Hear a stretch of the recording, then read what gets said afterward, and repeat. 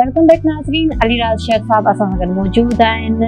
संदन जेका पर्सनैलिटी आहे उहा डिफरेंट क़िस्म जी मल्टी डायमेंशनल पर्सनैलिटी आऊं चई सघां थी। राइटर्स, अदीब, दानिश्वर, शाइर, कहाणीकार, ड्रामा नवीस, प्रोग्राम मैनेजर, माशाल्लाह सां शाइर जॾहिं अचो था शाइरी थी आऊं तव्हां सां ॻाल्हि करणु चाहियां ॿोलीअ ते स्पेशली। शाइरी बि असां ॾिठी आहे अॼुकल्ह असां म्यूज़िक प्रोग्राम्स बि कया आहिनि ऐं असां ॾिस रहा उहा बि तव्हांखे उनजो स्टैंडर्ड जेको आहे उहो कीअं थो लॻे पियो। ॿोली हिकिड़ो इस्तेमालु उनजो, वरी उनजी जेका फिल्माइज़ेशन थिए थी, वरी उनजे तरीक़े वधीक पेश कया वञनि था। क्षमा ॾिसो, हिकु ॻाल्हि आहे त मूं जेका सवरो ॻाल्हि कई उहा इहा आहे त प्रोफेशनलिज़म असां वटां मोकिलाए वियो आहे। सच जेको आहे उहो इहो आहे त तव्हां कंहिं बि माण्हूअ खे को गानो ॾियो था, मिसाल जे तौर ते असां चऊं था शाह अब्दुल लतीफ़ भिटाई जो का वाई तव्हां ॾेई था छॾियो, चओ था वाह हिनखे तव्हां फिल्माए अचो वञी करे। हू जेकॾहिं उन शाह अब्दुल लतीफ़ भिटाई जेकॾहिं असां ससीअ खे जबल मां वेंदे ॾेखारियूं था ऐं ससी खे जींस जी पैंट पाती पई आहे त हाणे मतिलबु इहो हिकिड़ो अजीबो ग़रीब क़िस्म जो कॉम्बिनेशन थी थो वञे। जॾहिं असां ॿोलीअ ते था अचूं पिया त ॿोलीअ जो वॾे में वॾो बिगाड़ जेको आहे असांजा जेके नशरियाती इदारा आहिनि उहे था कनि पिया। नशरियाती इदारा ख़ासि तौर ते जेको इलेक्ट्रॉनिक मीडिया ऐं प्रिंट मीडिया ॿई उन जा ज़िम्मेवार आहिनि। जेकॾहिं प्रिंट मीडिया में असां ॾिसूं था त अॻु में कंहिं ज़माने में प्रूफ रीडर जेको रखियो वेंदो उहो प्राइमरी जेको रिटायर मास्टर हूंदो उहो रखियो वेंदो। उनजी जेका सूरत ख़ती आहे उनजी उनखे ख़बर हुजणु खपे। तव्हां जेकॾहिं हिते कराचीअ में ॾिसो था त मुंहिंजा ॿार बि हिते पढ़नि था पिया, उनजा स्पेलिंग कॉम्पिटिशन्स कराया वेंदा आहिनि अंग्रेज़ीअ में। त अंग्रेज़ीअ जी जीअं स्पेलिंग उन्हनि खे सूरत ख़ती जेका आहे उहा दुरुस्त अचणु खपे। हा, बेसिक उहा आहे। सिंधीअ में ईअं छो कोन थो थिए पियो? सिंधी स्कूल बि ईअं कोन था कनि पिया, सिंधी मास्टर बि ईअं कोन था कनि। तव्हां यकीन कयो या न कयो, मां कंहिं इदारे में सरकार जे तरफ़ां रखियल हुउसि, डिप्टी डायरेक्टर हुउसि। मूंखे असाइन कयो वियो त बाबा तव्हां वञी करे स्कूल विज़िट करे अचो। मां पंहिंजे ॻोठु वियुसि ऐं उन्हनि खे वञी चयो त बाबा हाणे मूंखे जेको सो असाइन कयो वियो आहे त तव्हां सभिनी मास्तरनि जो मां इम्तिहान वठां। सभु सौट मासा त मुंहिंजा तव्हां क्षमा बिलीव कयो त सभिनी खे चयो, मुंहिंजो ॿियो कुझु न कयो, तव्हां सभु प्राइमरी मास्टर आहियो, तव्हां अलिफ बे सूरत ख़ती मूंखे तरतीब में लिखी ॾेखारियो, ॿियो कुझु तव्हां को सवाल कोन थो कयां पियो। जंहिं वक़्त में जेको पंहिंजो पाण खे तमामु घणो स्मार्ट ऐं तमामु घणो ज़हीन पियो सम्झे, हा, उन बि 45 अखर लिखिया ऐं उहो तरतीब में न हा। मूं चयो तव्हां ॿारनि खे छा पढ़ाईंदव?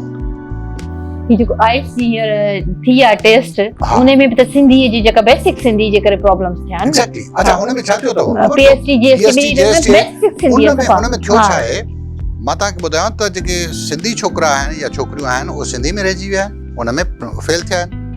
जेके उर्दू वारा ॿार आहिनि उहे उर्दू में नापास थिया आहिनि। उनजो सबबु सिर्फ़ु इहो आहे त हा बाबा इहा त ॿोली आहे न असांजी पंहिंजी आहे, इन करे इनखे केरु पुछे। हाणे उनजो बुनियादी तौर ते असां ग्रामेटिकल स्ट्रक्चर जेको आहे उहो बिगाड़े छॾियो आहे। मुंहिंजो दिलि धड़के थो, मुंहिंजे घर में जेका ॿोली ॻाल्हाई थी वञे पई, जेके कराचाइट ॿार आहिनि या जेके हा मुंहिंजी दिलि जे बजाए मुंहिंजो दिलि धड़के थो। ही किताबु ॾाढी सुठी आहे, अड़े बाबा किताबु थींदो आहे। असां वटि जेको मुज़क्कर मुअनस आहे उहो तब्दील थी वियो आहे। असां वटि ग्रामेटिकल स्ट्रक्चर ॿोलीअ जो बिगड़ी वियो आहे। अच्छा, ॿोली जे लाइ इहो ज़रूरी आहे त ॿोली हिकिड़ो वंदड़ दरियाव आहे ऐं उन में बेसिक जेके रूल्स आहिनि उनखे माण्हू खे। अच्छा, ॿोलीअ में लफ़्ज़ शामिल बि थींदा आहिनि। मां बार बार इहो मिसाल ॾींदो आहियां त असां वटि फ़ारसी जा एतिरा लफ़्ज़ आहिनि जो असां हींअर ॻाल्हायूं था त असांखे ख़बर नथी पए त फ़ारसी जो आहे या सिंधीअ जो आहे। असां वटि हिकिड़ो लफ़्ज़ आहे दीनादास्ती। बाबा फलाणो मूंसां रुस्तम लक मूंसां दीनादास्ती ज़ुल्म कयो। हाणे दीनादास्ती बुनियादी तौर ते फ़ारसी जे लफ़्ज़ जी बिगड़ियल सूरत आहे दीदा दानिस्ता, माना ॼाणी ॿुझी ॾिसी वैसी।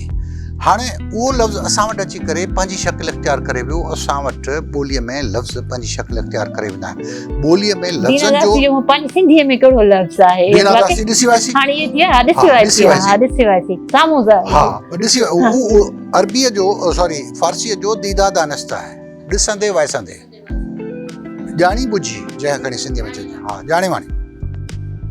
हाणे लफ़्ज़नि जो शामिल थियणु को मसइलो कोन्हे को ॿोलीअ में, पर जॾहिं उनजो असां वटि अल्टरनेट या नैमुल बदल या उनजो मुतबादिल लफ़्ज़ मौजूदु आहे त असां हरूभरू ॿियो लफ़्ज़ इस्तेमालु छो कयूं ऐं असां पंहिंजा लफ़्ज़नि खे मतरूक छो था कंदा वञूं पिया?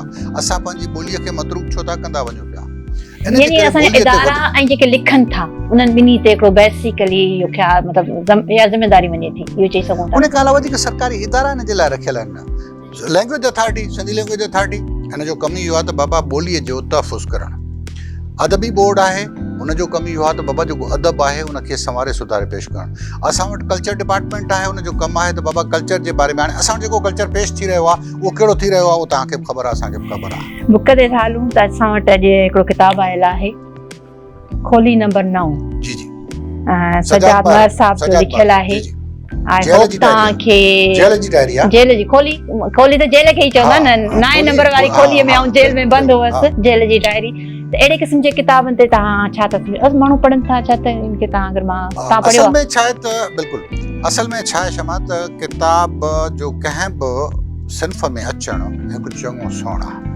ऐं इहो सोण असां वटि जेतोणीकि असां वटि ही पाम टीवी या पाम जेको ही मोबाइल आहे, इन मोबाइल सभिनी शयुनि खे रिप्लेस करे छॾियो आहे। ठीकु आहे, फोनोग्राम खां वठी करे जंहिंजा असां गवाह आहियूं, टेप रिकॉर्डर, ट्रांजिस्टर, असां वटि घड़ियाल, असां वटि वॉल क्लॉक, असां वटि मतिलबु रेडियो, सभु शयूं, कैलकुलेटर, समूरी शयूं रिप्लेस थियूं। इवन ही किताब रिप्लेस थियूं तक़रीबन। गुलज़ार जो ख़ूबसूरत नज़म आहे त किताबें झांकती हैं बंद अलमारी के शीशों से। हाणे उहे किताब ॾिसनि था पिया बंद अलमारी, ही पढ़ण वारा न रहिया आहिनि। हाणे छा आहे त हुन ते अची वियो आहे न, पर मूंखे यकीन कयो त हू थो चवे त जेको वर्क उथलाइण में जेको ज़बान खे ज़ाइक़ो थो अचे पियो, उहो हुन सां नथो अचे पियो, उहो उन मोबाइल सां रियल फीलिंग जो किताब। हाणे सजाद महर जो ही किताब जेको आहे, हा सजाद महर जो ही जेको किताब आहे, नज़रीन ई तव्हां ॾिसी छॾियो, ही किताब ॾाढो ख़ूबसूरत किताब आहे। शेख, हा खोली नंबर 9, शेख अयाज़ जेल जी डायरी लिखी। असां वटि मतिलबु खोड़ माण्हुनि न जेको आहे सो तारिक अशरफ असां वटि जेल जी डायरी लिखी, रसूल बख्श पली जी असां वटि जेल जी डायरी लिखी। असां वटि तक़रीबन 12-13 अहिड़ियूं क़िस्म जी जेल जूं डायरियूं अची चुकियूं आहिनि। असांखे पंहिंजी रोज़ जी वार्ता जेका आहे न, उहा ई जेकॾहिं असां लिखूं त असां वटि इल्म अदब जो तमामु वॾो ज़ख़ीरो पैदा थी सघे थो। रोज़ जी वार्ता जेका, छा वहे वापिरियो, अॼु छा थियो आहे, हा सफ़रनामा जीअं लिखजनि था, का बि सिर्फ़ु हाणे ही जेको आहे सो हुनजो हिकिड़ो एक्सपीरियंस आहे जेको जेल में थियो आहे। जेल में छा थो वहे वापिरे उन जे बारे में, हा कीअं थो माण्हू गुज़ारे, ऐं उनजो इनर फीलिंग्स छा आहिनि। हाणे फीलिंग्स खे त ॾिसो, लफ़्ज़ ऐं चवंदो आहियां त जेके जज़्बा आहिनि उन्हनि खे लफ़्ज़नि जो थान ढके नथो सघे पियो।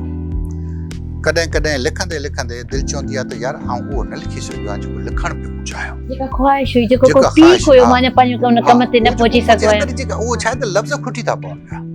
कॾहिं कॾहिं छा थींदो आहे त लफ़्ज़ खुटी पवंदा, लिखंदे लिखंदे तव्हांजो ज़हन एॾो तेज़ आहे जो तव्हां एॾो एक्स्ट्रा ऑर्डिनरी लिखणु चाहींदा आहियो, लफ़्ज़ तव्हांजो साथ न ॾींदा।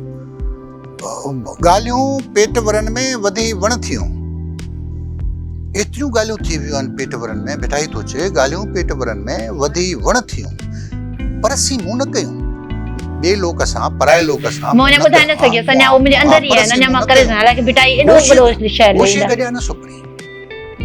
या ॻाल्हियूं सभई सॼणा चेत्यारे चवंदा हुआसीं, सभु ॻाल्हियूं हिकु हिकु करे ॿुधाईंदसि पंहिंजे महबूब खे, मुंहुं मुक़ाबिल थियासि त सभई वयूं विसरी। जेॾी महिल साम्हूं आयो त मतिलबु हर शइ ॻाल्हि विसरी वई, अलाए छा छा चवण पे मूं चाहियो, अलाए छा ॻाल्हियूं। अहिड़ा खोड़ सारा मिसाल, उहो भिटाई वटि कमाल आहे जेको इहा ॻाल्हि करे थो वञे। ॿियो मां सम्झां थो त ॿिए माण्हू वटि इहो कमाल न आहे जो उहो माण्हू, हाणे ही जेका जेल जी डायरी आहे, हाणे उन में जेको माण्हू जो इनर फीलिंग्स आहिनि उहे त ही समाए न सघियो हूंदो, यकीन न समाए न सघियो, पर जेतिरो हुन मतिलबु जेतिरी हुनजी कलम जी क़ुवत आहे उन में हिन ॾाढो भरपूर अंदाज़ में उनखे जेल जी डायरी खे लिखियो आहे। मां हींअर ताज़ो हिकिड़ो नावल तक़रीबन लिखी पूरो कयो आहे त जेके माण्हू खजी था वञनि, कमजी वञनि था, अक्सर असां ॿुधूं था पिया सिंध में, बलूचिस्तान में इहा क्रिम आम हले थी। उहे जेके माण्हू आहिनि, हाणे तव्हां ॿाहिरि निकिरण खां पोइ शायदि मुमकिन आहे जॾहिं प्रोग्राम ऑन एयर थिए त असां बि खंभिजी वञूं। सो चवण मां मुराद इहा आहे त जेके खंभिजी था वञनि, अंदरि उन खोलीअ में वहे वापरे छा थो। 8x8 जी खोली आहे, इन ते ॻाल्हायूं था, इहा हिकिड़ी वॾी ॻाल्हि आहे, पर वठूं था हिकिड़ो ब्रेक खां पोइ वरी इनखे छो त वॼ में आउं कंटिन्यू उनखे टोड़णु न चाहींदसि ॻाल्हि ते।